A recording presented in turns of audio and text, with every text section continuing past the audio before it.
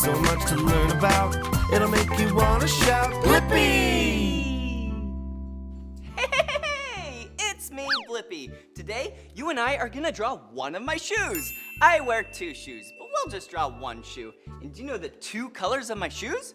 Yeah, my two favorite colors, blue and orange. All right, let's start with the color blue.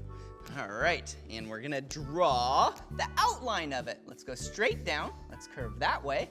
Whoa, this is a big shoe. All right, and then let's do a very wide U. That's where my ankle goes. All right, and then let's draw a very long line like that.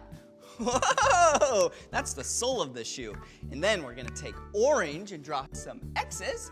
Yeah, for the laces, so then you can make it nice and tight, so then you can run super fast. And let's draw some stripes. Whoa, there we go.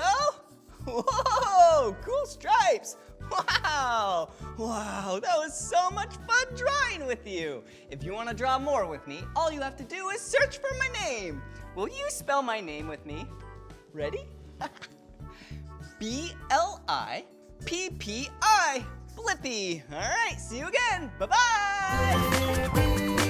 Come on, everyone, let's make learning fun.